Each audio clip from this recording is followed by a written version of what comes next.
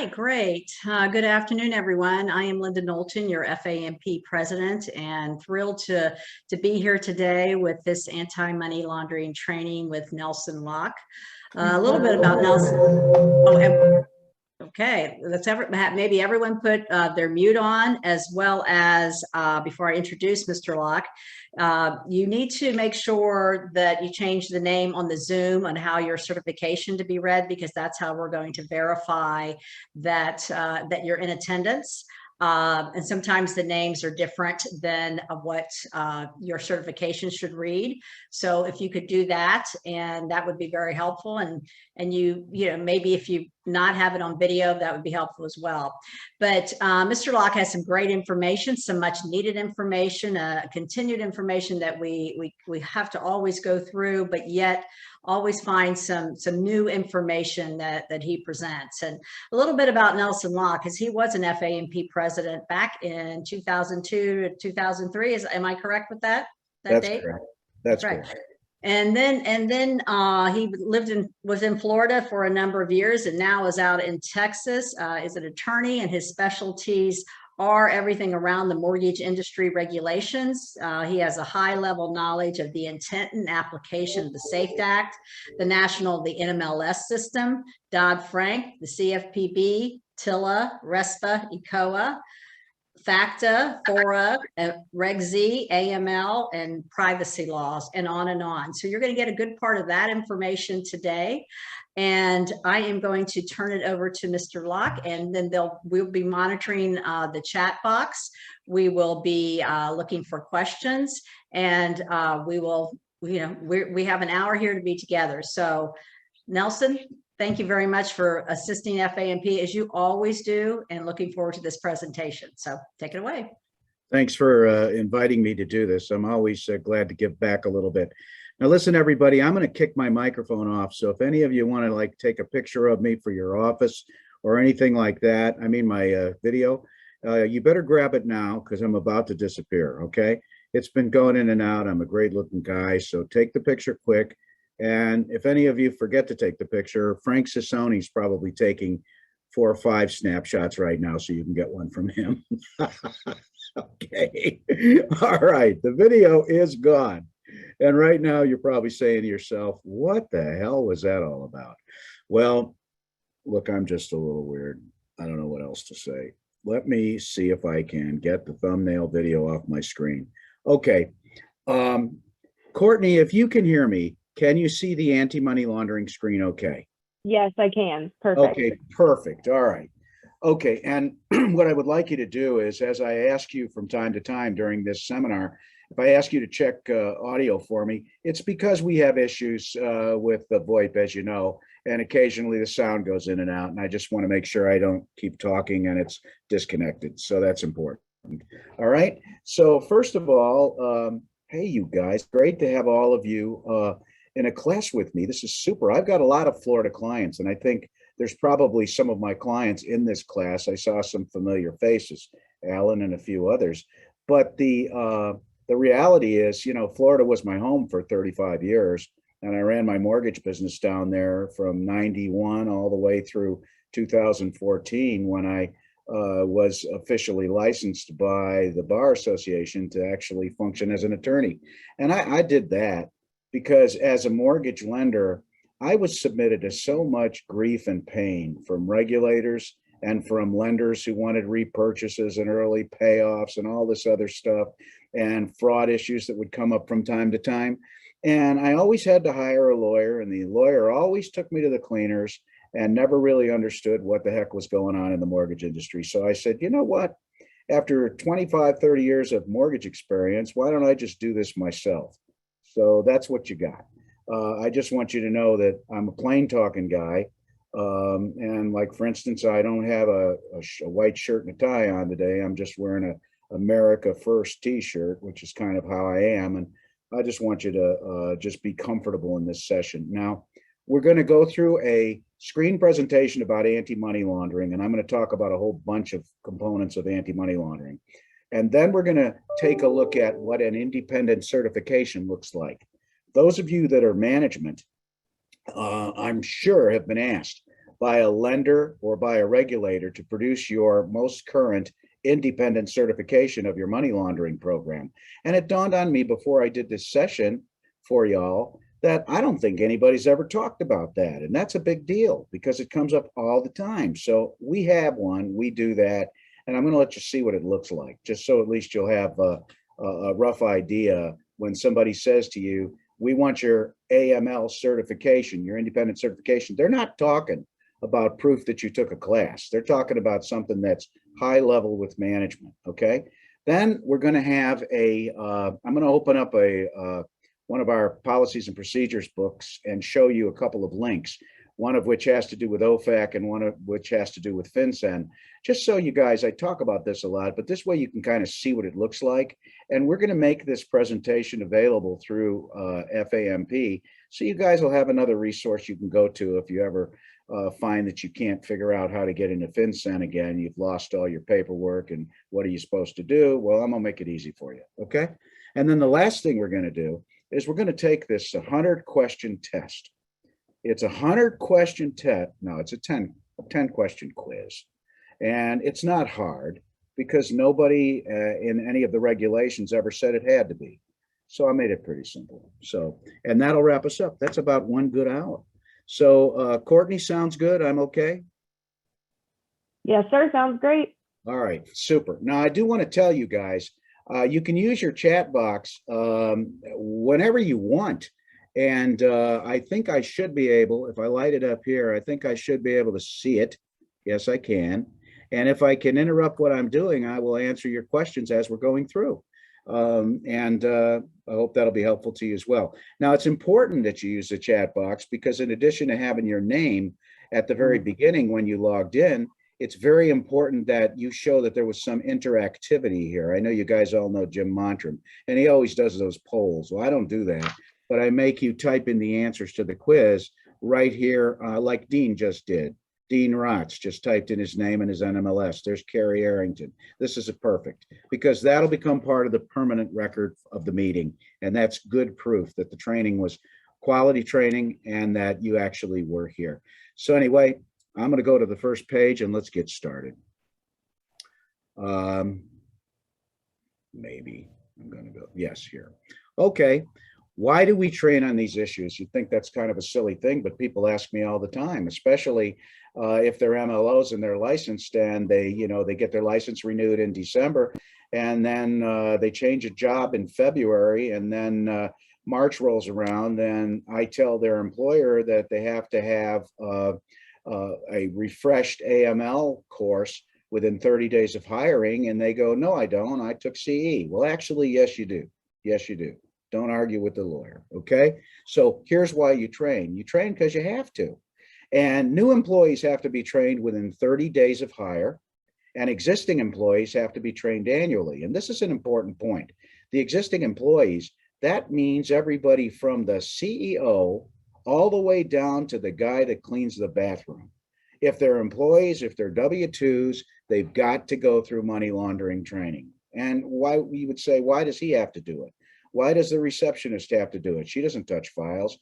Everybody needs to know about the red flags that are involved in preventing identity theft and money laundering, fraud in general. So everybody must go once a year. Now, new employees are always within 30 days of hire, and MLOs, here's the rule for MLOs, because I get asked this a lot.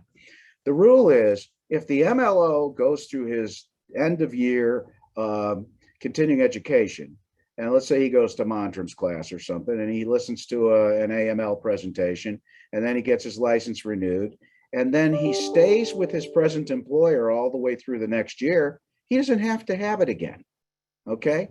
But if he gets to April or May and he decides that he's not being treated well and he wants to change jobs, or somebody offers him, 5 million basis points or whatever, and he can't turn it down, and he goes there, he's got to be trained again within 30 days of making that change. Okay, that should be pretty clear. So what we're going to talk about is policy in general, which I just kind of started on. And we're going to talk a little bit about the Patriot Act. The Office of Foreign Assets Control is very important, especially with what's going on with Russia and the Ukraine right now, for example. I'll talk tangentially about the customer identification program, and we'll talk a little bit about identity theft, because identity theft seems to almost always be rolled in somehow with a money laundering function of one kind or another.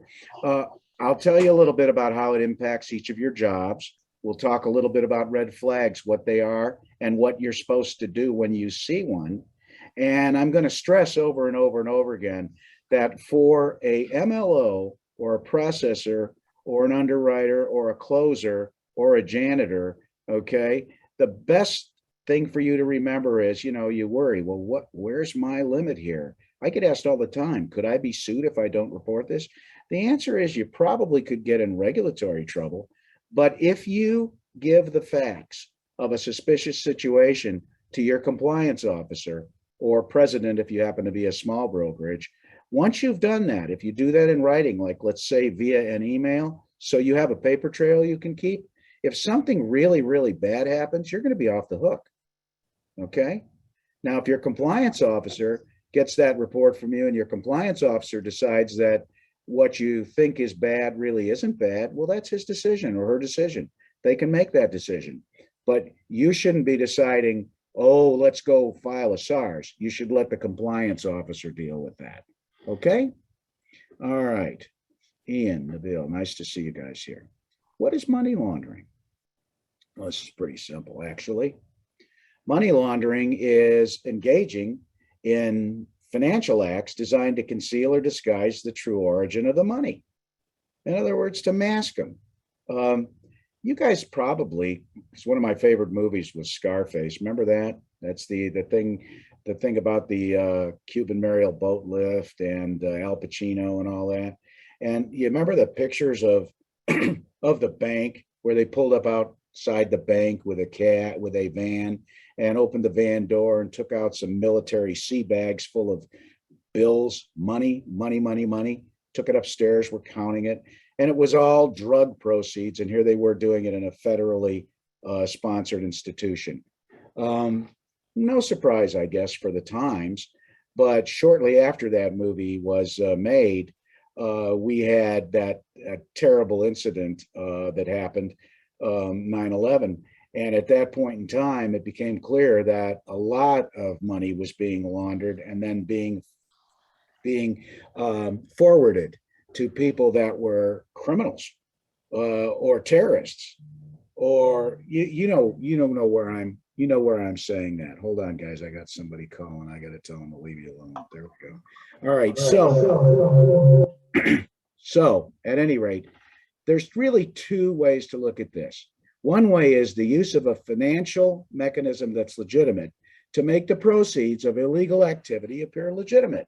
Now, what that would be is for example, laundering through the four initials that are part of the money laundering quiz you always get: placement, layering, structuring, and integration. Those are all legitimate steps, but if you do them, they can make illegal money look legal, okay? Now, the other way to think about this is the use of legitimate sources of funds to support illegal activity. And here's a good example of that. That would be where somebody has decided they're going to be a drug dealer on the weekend, and they have a condo over in Tampa and they live in Miami, and they decide to cash out, finance the condo to take the money to buy more drugs. There you go.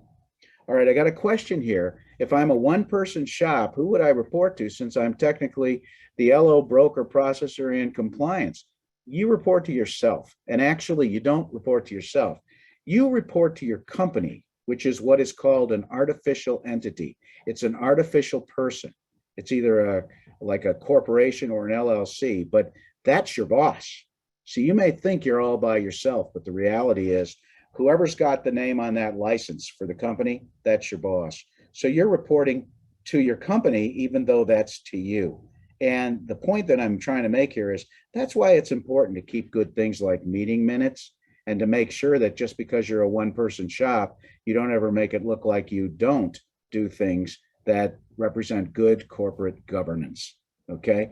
Because if you don't treat your company as an artificial person who you report to, and somebody sues your company they can probably sue you personally as well if it doesn't look like you followed the rules to keep the corporate veil up. Okay, big answer. There you go. I've been a lawyer for what, 9 years now, and I can't talk in short sentences. It's terrible. All right, very good. So I just mentioned, what are the 4 stages? I just want you to remember these initials, PLSI, because no matter what test you take, they're either going to say there's 3 stages or 4 stages, and there's always going to be at least 3 of these letters in there. So when you take the quiz, if you see placement, layering, structuring, and integration, you know you got the right answer. This is placement is the first stage. It's when the process begins. And that's when somebody takes this crooked money, like the drug money, and goes and buys traveler's checks with it or money orders, or sticks it in a checking or savings account, or uses it as a down payment to buy another condo in Tampa, or buys, $20,000 worth of prepaid debit cards, or wire transfers it to the Caymans. Or how about this one? I got a client, Phil Stevenson, he talks a lot about crypto. If you were buying crypto with illegal funds, well, that's money laundering, even though crypto is largely anonymous. Now, everybody talks about how anonymous crypto is, but I just did a tax return the other day for my daughter. You would think at 27 she could do her own tax return, right, guys? Well, she can't. Okay, so I did it for her. And one of the last questions they asked was for a complete detailing of all her crypto purchases. Well, if it's not regulated by the government, why were they asking? Good question, huh? Okay, so placement, remember that. Placement is when you take the crooked money and buy something legitimate with it. Now, the second stage that you may see is called layering. And layering is when you're moving it around. I had a bank in North Miami back about 15 years ago that told me I was layering because I was moving proceeds from an eBay store I had selling used classic car parts. I would have them pay PayPal, take them from PayPal to that bank, and then transfer them out of that bank to my other real bank. And there was nothing illegal about what I was doing, but they closed the account because they began to believe that I was layering. In other words, I guess most people just put their money in one account and that's it. Well, that wasn't my story. I was trying to keep things straight for tax purposes. Let's look at the third stage, structuring. What is structuring? Okay, well, the easiest way to explain it is there's a $10,000 limit on, deposits that you're supposed to make at a financial institution or a credit union or whatever. You guys know that, right? Why don't you test your keyboard and type in yes or no if you know that. You know that there's a $10,000 transaction limit. Yep, there you go. Very good. Okay, so here's the deal. If you see 10,000 on a bank statement and you're processing the loan, well, you're going to have to ask for some explanations because hey, Carol, because that's the rule. That's the rule, right? Okay, but what about if you were looking at the bank statement and you have a $3,000, a $2,000, and then a $5,000 all in the same day? That, my friends, is an exact and simple example of structuring deposits to avoid reporting requirements, which is a violation under the money laundering rules. Okay, so if you had 3,000, 2,000, and 5,000 spread over 2 days, well, it might technically be okay, but any good compliance officer is going to tell their processor to get an explanation of why it happened that way. It could just be that they were having a garage sale. Who knows? Or it could be that they were money laundering. Okay? And then the fourth stage is integration. Integration is when this money, it could still be crooked money, or it could be laundered money, but it goes back into the economy. And it's used to either buy something lawful or do something unlawful. That's the key. All right. I think we're doing okay on this. Now, I've got a whole bunch of examples of money laundering on this presentation. And this presentation is contained in book number 1 of our program. But, like I mentioned, I'm going to make it available to FAMP, so you'll be able to go back and look at it. I would recommend when you have some time, you read some of these things, because I got 2 or 3 slides full of examples of money laundering. And what you'll find out is it's not exactly what you might think it is all the time, because the law, when it was first introduced, it said one thing back in the 80s.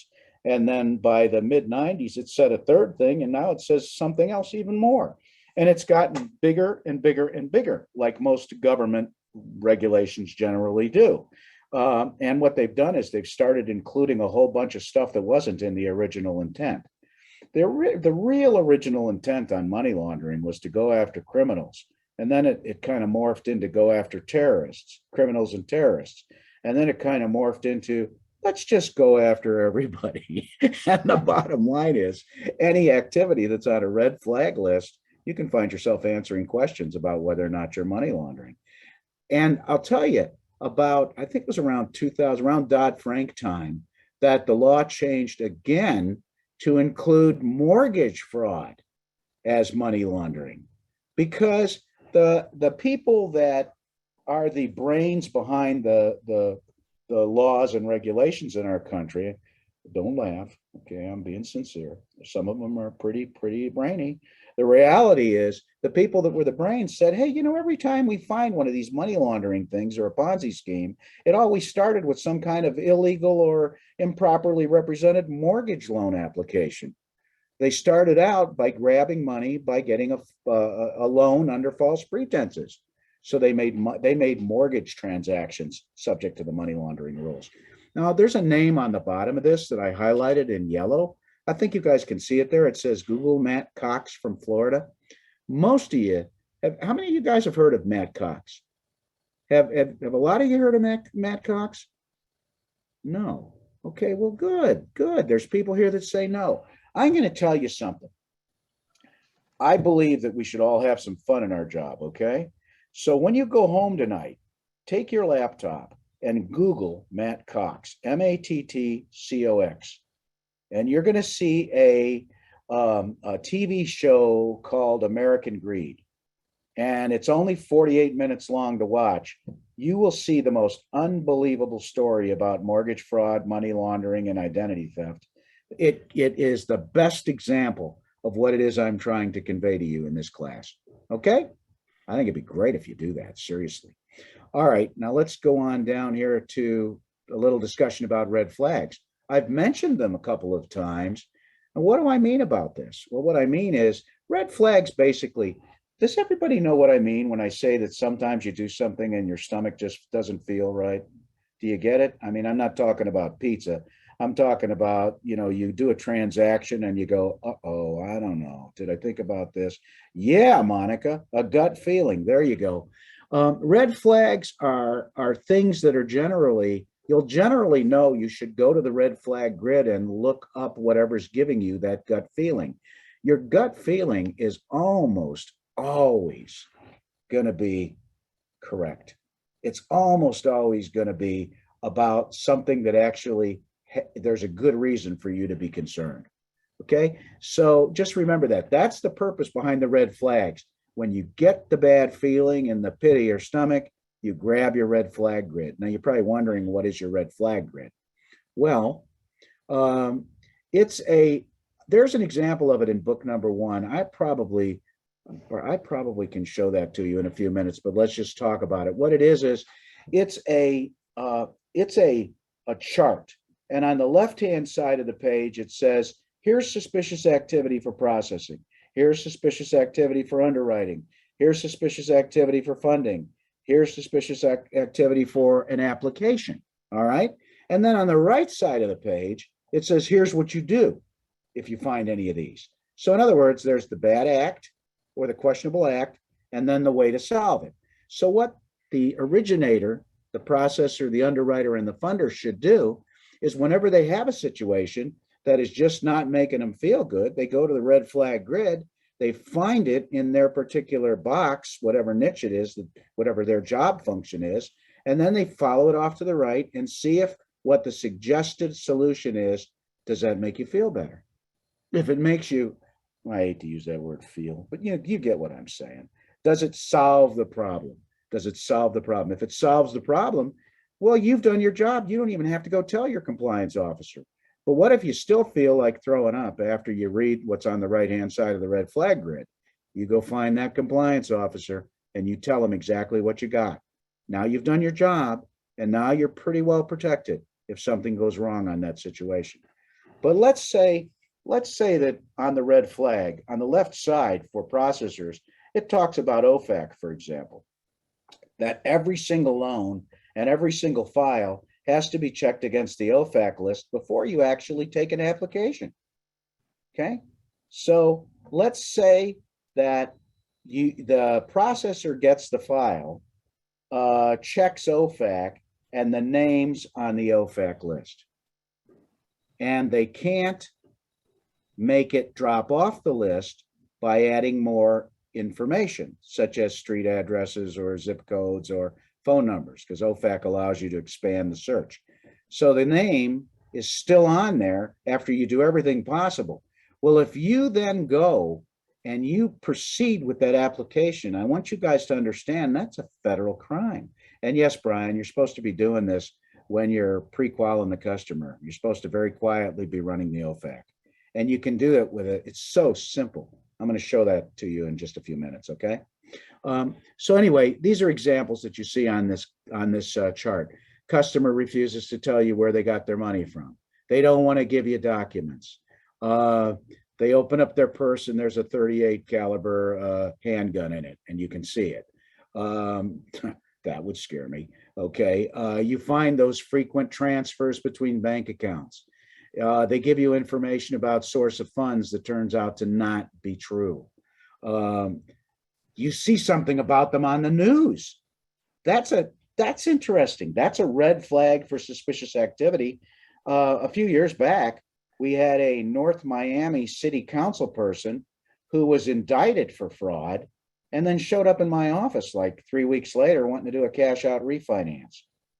And my staff had seen that TV show or that news show and knew that this person was under investigation. So we refused to work with her. Okay, that it wasn't suspicious enough to report, but if I had made a loan to that person, I could have been in hot water, and nobody needs more hot water. And also, there's a point on here. Has anybody ever had a customer ever tell you that they don't care what the loan costs? This is always interesting. Go ahead and type in. Any of you? Okay, Alan's had one or two. All right, that's good. Most of you are no. Absolutely. I agree with you. And yeah, a couple times it's happened to me. I'll tell you, here's what happens. Usually the first thing they do is after they screw around and beat you up over the rate, and then you give them the best possible deal that you can give them, then they turn around and tell you they want you to cut it even more, because everybody's concerned about transaction costs, except two types of people. People that have medical concerns and have to deal with them and don't really care where the money comes from because it becomes a life and death matter, like treating cancer. Or secondly, let's say you have a guy with two properties and one of his properties is going into foreclosure and maybe he's 2 weeks away from the sale on the courthouse steps.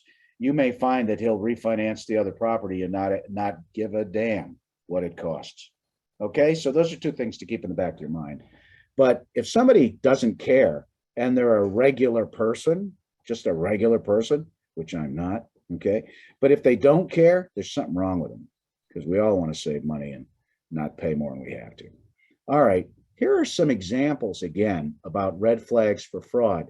And you know, the credit report is a great place. And for the processors that are on the line, I got to tell you, you know, you have to really look at those credit reports and pay attention to the reasons that certain things appear, because, you know, if the addresses are wrong, you got to get an explanation. If all of a sudden there's a ton of inquiries, they might have been opening accounts that haven't started reporting yet and pulled cash out to use as a down payment. They may have had no credit at all of a sudden they've got $100,000 worth. Or the one that really always amazes me is the one where it just says account closed for cause. You know, credit reporters don't want to get sued, but lots of times they use account closed for cause when they find the customer doing something illegal or cheating somehow. I hope you've got that, okay? So account closed for cause is always a big red flag. Now, identification documents. Well, oh my gosh, this is clear. If the documents have been altered or forged, clearly that's a problem. Whenever I see this, I always think back. I was like 15 years old, growing up in Indiana with my 8 brothers and sisters, and I had a girlfriend, and I wanted to take my dad's car and drive it. So I forged some documents so I could get a driver's license, which I got, and then I got stopped, and the cop could tell that it wasn't legit. So I ended up before the judge. And back in those days, which were, like the turn of the century, all the judge did was beat the crap out of me and then tell my dad that he should go home and take his belt off and let me have some discipline. But what the point I'm trying to make is the identification documents appeared altered. I think the problem was they had an age on there that was no way me, and the police officer spotted it. Now, the second one about photo IDs not matching appearance, hey, that happens. That especially happens with things like reverse mortgages, where you have somebody using a senior's ID. Maybe they got the information that the senior had just died, and so they created some identification, and they go rushing out trying to do some cash out transactions before anybody catches them, and they have to put their picture on there, and they look 50, and the guy's age on the driver's license says 78. So pay attention to that kind of stuff. Okay. All right, very good. There's a few more examples. Boy, you're probably saying, why does he have all these examples? It's because fraud is everywhere, guys. It just drives me insane. As a lawyer, I don't like spending my time trying to sort out fraud, but I get one or two requests to explain something every single day where something shouldn't happen. And it's always items that are on these red flag lists. Like, for example, here's alterations again on the application. Social Security numbers. Most of you are still checking the Death Master. If you're not doing it, you're letting your credit bureau check the Death Master. But if you ever get a customer who's applied for you and is dead, I don't think I need to say anything more. It's identity theft. Okay. Or how about when the applicant just continues to tell you they'll send you the copy of their passport and it never shows up? Okay. I used to send mail to refinance customers' addresses. And about a third of the time, back in the 90s, it would come back as undeliverable. What does that mean? It could mean they don't own the house. It could mean they're not even living there, and they're trying to get a cash out refinance and claiming it as a principal residence, which, by the way, is mortgage fraud. Okay. I had a mortgage broker just the other day tell me that I was nuts. And I hear that a lot, but that's okay. But this particular mortgage broker had done a cash out refinance. No, had done a purchase of what was supposed to be a new owner occupied property.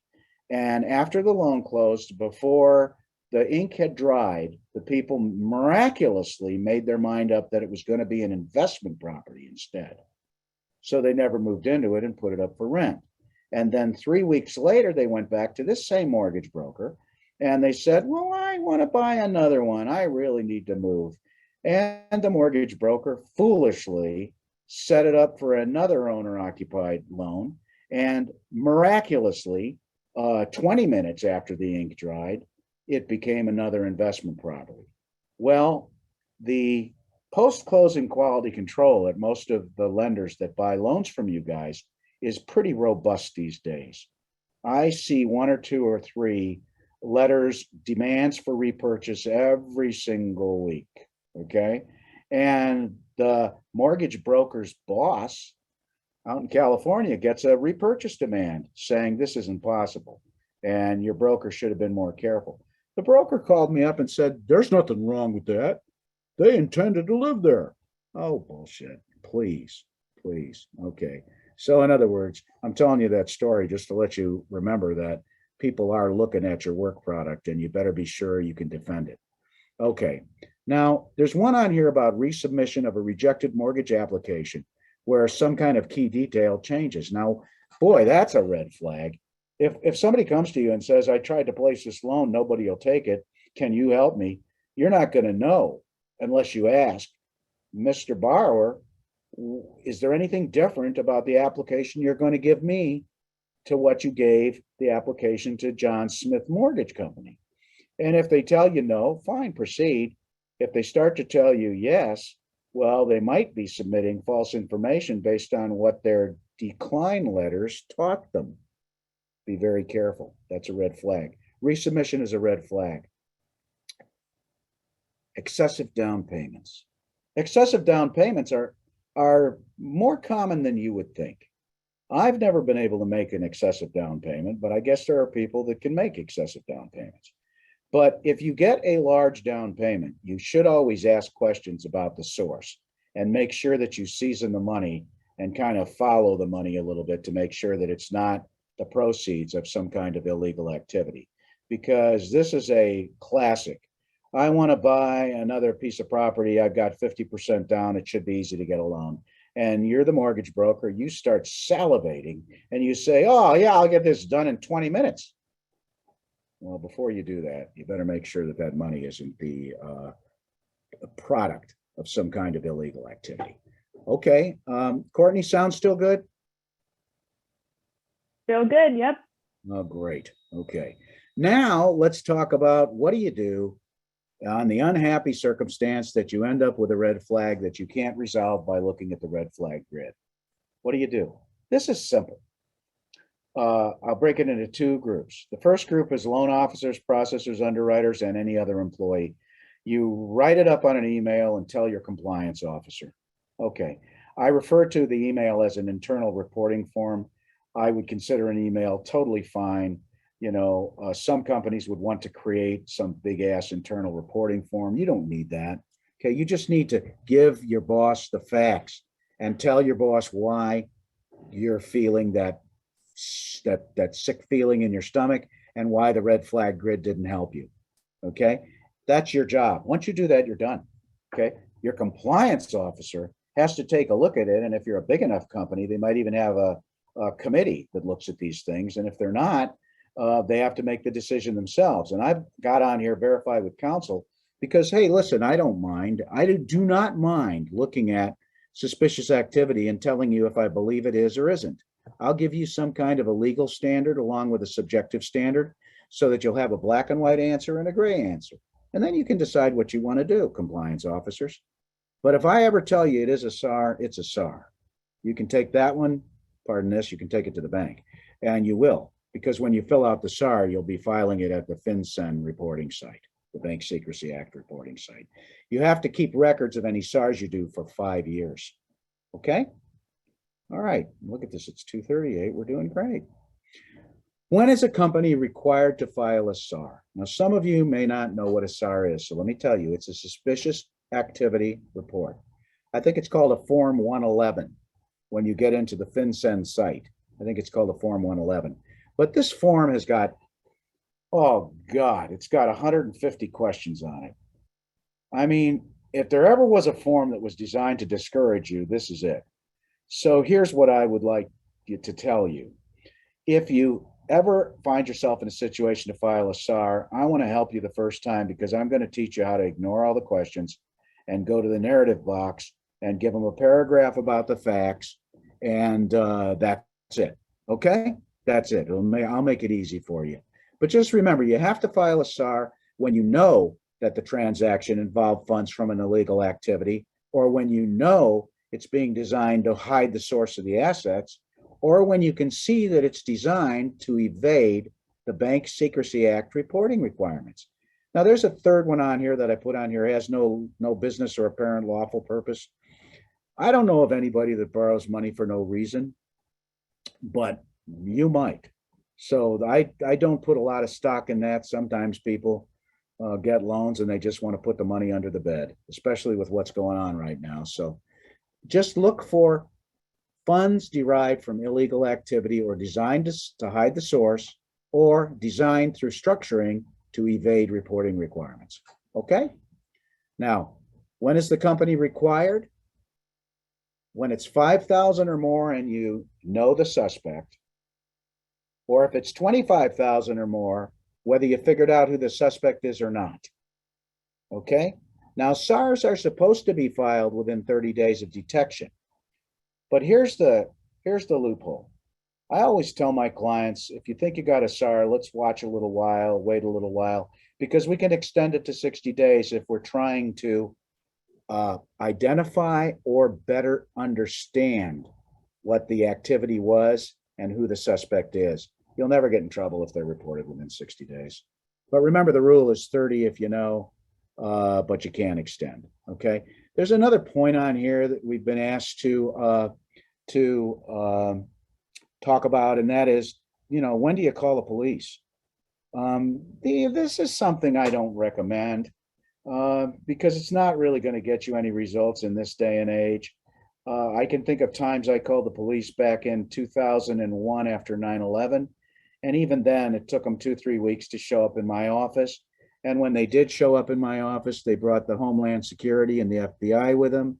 And I'm going to tell you guys, I frankly didn't like having 3 federal agents sitting across from me while I explained what I thought was suspicious, knowing that was going on in their little brains was, gee, I wonder if Mr. Locke has anything to do with this. So I wouldn't call law enforcement unless there was a threat of immediate harm. Okay. Somebody is closing the loan, taking the cash out and saying, great, I can go have that bomb made. There you go. That's when you call the police. Okay. What is FinCEN? FinCEN, guys, is the mortgage police. That's what I call them. Financial Crimes Enforcement Network. These people collect all the data and disseminate all the data. They collect it from places like MARI and from the OFR and from what you send in on a SARS to FinCEN, or what your bank might report if your bank thinks you're a crook. And they take that stuff, and then what they do with it is they basically broadcast. In the old days, we used to call it a broadcast fax.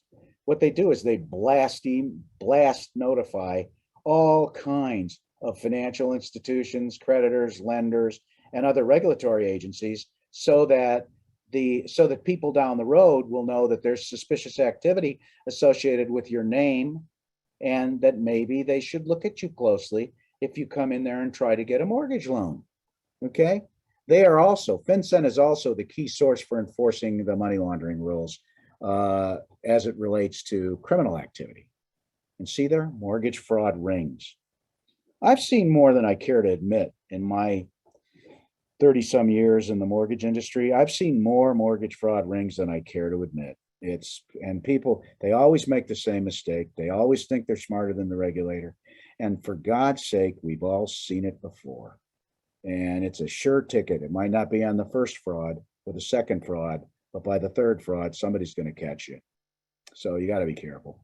All right. Customer identification programs are fairly simple, so I'm not going to spend a lot of time on this. But what I want you to know is that this is just the Patriot Act test. What a SIP means, SIP, KIP, whatever, customer identification program, is it just means that you checked the 3 things that are required by the Patriot Act, and hopefully you kept copies for your company to keep in the file, and you've got them in case you ever are challenged about identity fraud in relation to that file. Now, how do you protect yourself? This is a good point. All you have to have is a reasonable belief. In other words, when you get handed the driver's license, you don't have to go look it up at the state of Texas or the state of Florida if it looks okay. If it looks okay, if a reasonable person, which is your average typical person who's not crazy, just a reasonable person would look at it and say, yeah, that's a good driver's license. That's good enough for the regulators. Okay. Same thing with passports. Person looks like the picture, dates are good. That's reasonable belief. If you can have a reasonable belief and the documents you keep are going to show that there was nothing unusual about them, you're okay. All right. You have to do this before you start doing business with somebody. You're supposed to look at the ID up front. And you know why you're doing that? You're doing that because you're going to do an OFAC check, aren't you? Because I mentioned that. Somebody asked me that question. These are things that are supposed to happen when they first walk in the room. You're starting to pre-qual them. You say, can you show me some ID? And let me have that. And then you let them sit in the waiting room for a minute. You go pull the OFAC and you look to see if the ID looks legitimate, looks reasonable. Okay, very good. Patriot Act. This is probably, I think, the last question. I hate to even put this on here, but they like us to talk about it because it's important. This happened in 2001 in October, right after 9/11. And it was probably the fastest piece of legislature I've ever seen passed. I mean, honest to God, the country pulled together. Some of you remember it. And I mean, what an experience that was. But it gave the Treasury the authority to regulate transactions, especially those involving foreign individuals and entities. Okay. Now, back then, we were focused on foreign individuals and entities because, you know, Osama bin Laden is not exactly the name of your next door neighbor. And most of the people that were doing this seem to have been coming out of other countries. Well, that's been broadened dramatically, and now we can do things domestically as well, which means within the United States. Now, Josiah is asking me a question. What about online applications? And I'd like you, Josiah, to ask your question in a little more clear manner, and I'll try to answer it, okay? What do you mean about online applications? All right, now here's OFAC. We'll talk about this while he's thinking. This is the Office of Foreign Assets Control. And the law says, and this is pretty much a right out of it, before engaging in any money service, and brokering loans and making loans is a money service, okay? The specifically designated nationals and blocked persons list must be checked. Not can be checked, not might be checked, but must be checked. And did you notice that this starts with the word before? That doesn't mean during or after, okay? The list is updated. This list of specifically designated nationals and blocked persons is updated through OFAC. OFAC updates it using information from SARS that it gets from FinCEN and from current events. Like, for example, if you really want to have some fun with this, you ought to go look at the list of Russian banks that's on there right now. All right. And you'll still find Osama bin Laden's name on there because he's still got kids running around. And all these years later, they still got that money locked up. Okay. A person who's on this list, their assets are blocked. And I want you to look at this last sentence. Any U.S. person or entity is blocked from doing business with anyone appearing on this list. It doesn't say is okay. It says is blocked. What does that mean? That means it's a felony if you go ahead and take an application and God forbid you make a loan. They're going to think you're in cahoots or there's some kind of conspiracy going on. You're going to have a problem. Okay? All right. Holy cow. That's it. So we're going to take the test in a second, but I want to show you a couple other things. I want to go to this book and I want to show you what the OFAC link looks like. Let's find it here. It says it's on page 47. Okay. Now, sometimes people pull OFAC by letting their credit bureau do it. They pay like an extra $1 or $2 and the credit bureau pulls it. And the problem with that is that's after you've actually done the application usually, and it's a problem because you're violating the rule. If you do it on a pre-qual credit pull that you do, that would be okay. All right. But if you do it when you pull the real credit bureau tri-merge as you're processing the file, you're really too late. You've already broken the law by starting the application. So what you do here is, if you see this thing here, it's HTTP, and then it says sdnsearch.ofac.treasury.gov. This will be in the thing that FAMP will let you have a look at. Okay, it's on page 47. Make yourself a note. All you have to do is click on here. God, I wonder what will happen if I do. Oh, look, it's working. There you go. I always expect this stuff not to work. But see here, it says OFAC sanctions list. Oh my gosh. Let's type in Osama bin Laden. All right. And let's go search. Bingo, hit. See this? This is a hit. This network, organization. This means get away from this guy as fast as you can. Now, what do you do if you get an OFAC hit? Because they happen. Here's what you do. You go back out to the conference room and you say, listen, Mr. bin Laden, I'm sorry to tell you, but I'm required to check the OFAC list at the Bank Secrecy Act site, and your name came up. And I'm not allowed to tell you anything more, but you should contact them and see if you can get your name off of that list. And Osama will go, yeah, yes, thank you very much. He'll back out of your office and he'll run for the hills. Okay? You don't make a list. Don't make a loan. Don't make a loan. All right, so let me see if I can get rid of that. All right, now I want to show you. So that's the sanctions list search. Let me show you what the FinCEN login looks like, because this is important. I've got to see if I can get. Oh gosh, I don't want to do that. I'm not going to do that right now because I'm afraid if I do it, I'm going to lose the book. And sure enough, I lost the book. So we'll just move on.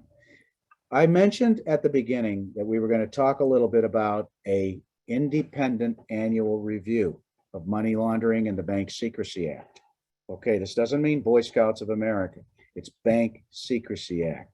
Okay, this would be something that a loan officer, a processor, an underwriter, you guys would never get involved in this. This would be going high level to your company president or to your compliance officer, and they would say, prove to us that somebody from the outside has actually looked at your money laundering program and is willing to certify that your company is doing its job.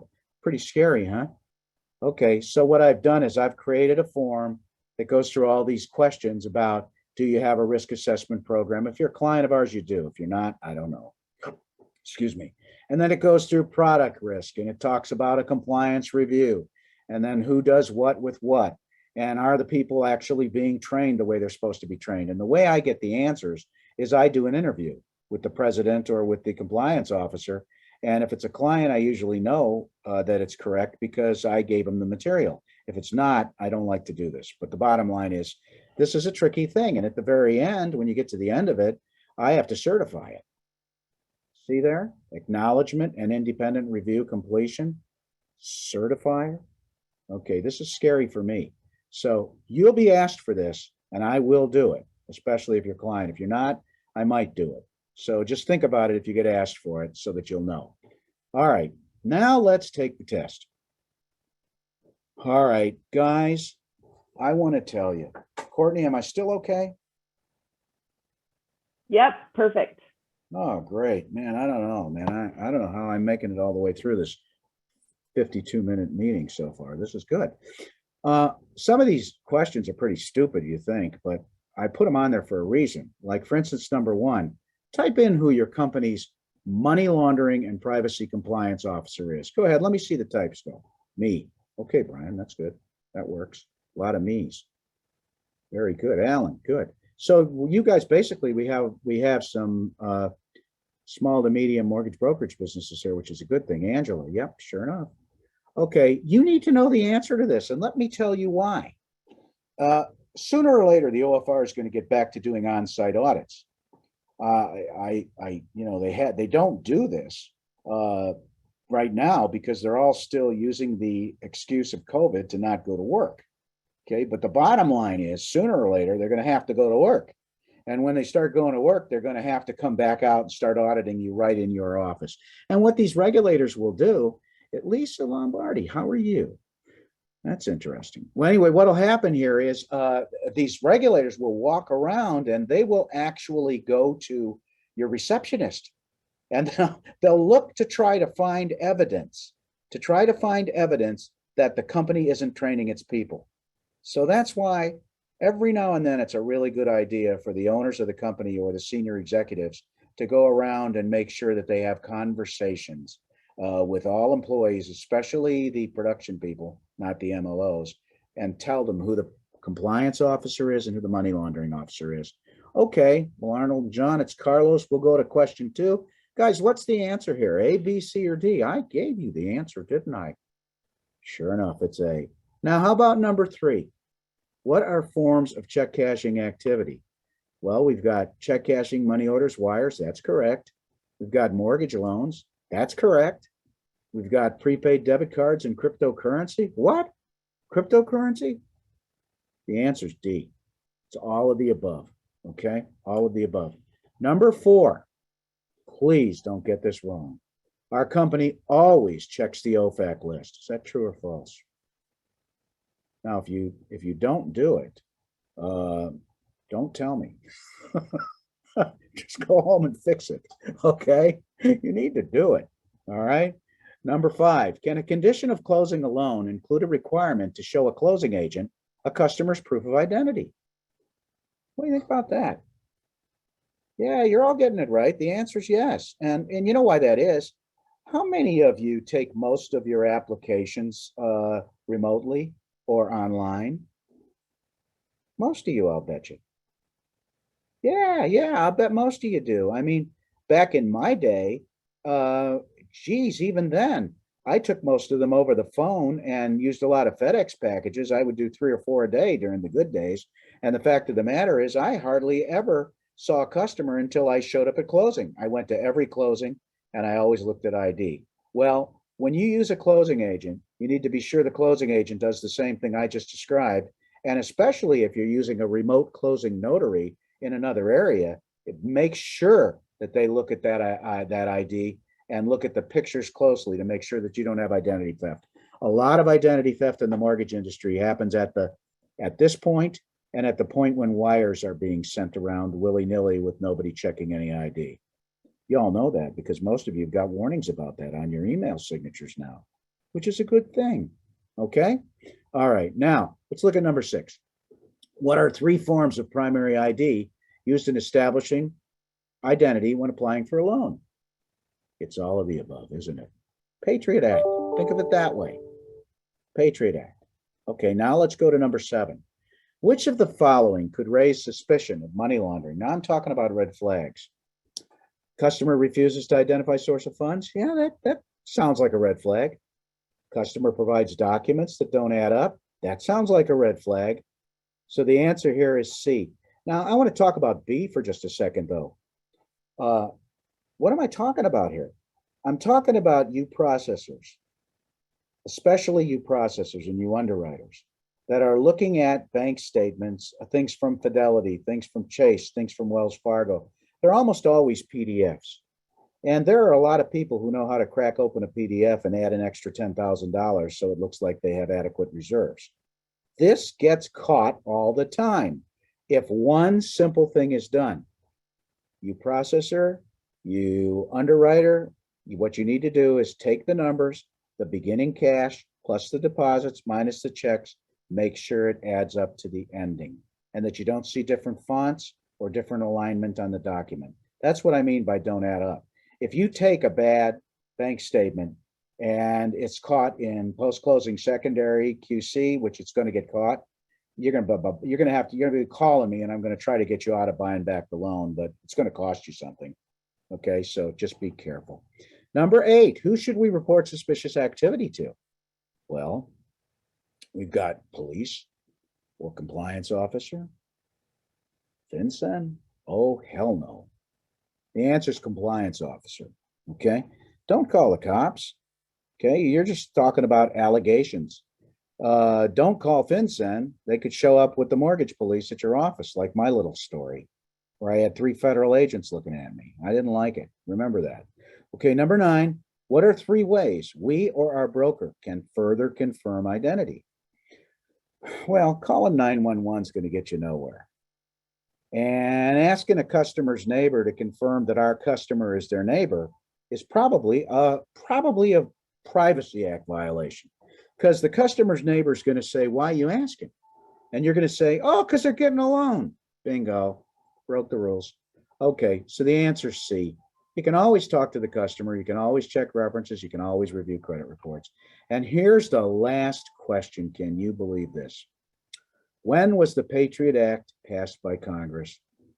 Yeah, y'all better get that right. It's 2001. Okay.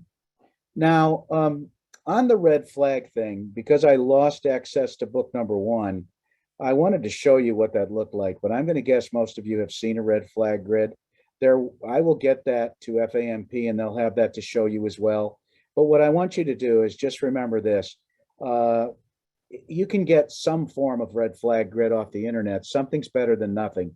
And you should have a copy of that in that possession of the loan officer, of the processor, of the underwriter, and of the closer, because there are 4 stages of the life of the origination of that loan, and there's unique red flags to each stage.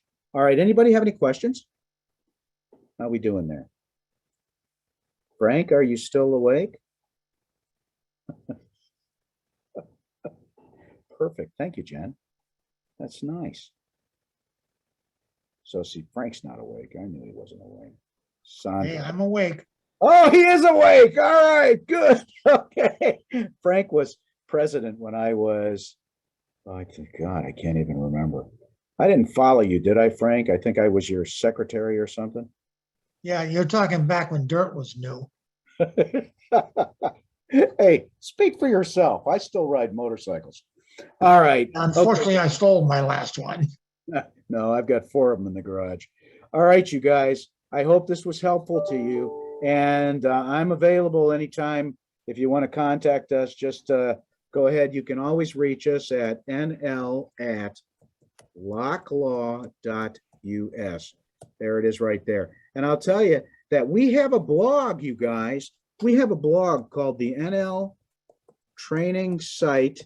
And if you go to the NL Training Site, oh, I misspelled site. Okay, it's just site, NL Training Site. You guys go ahead. You can sign up for that. And I don't do tons of blogs. I just do like 1 or 2 a month, but the stuff's good to read. It's very informative. All right. If everybody's good, I'm going to give it back to Courtney now, or to Valerie. Go ahead, guys. All right, thanks, Nelson. This is Well done, Valerie Smith with the FAMP. Nelson, thank you so much for your time today and for all of this important information. And thank you to everyone who is on the webinar.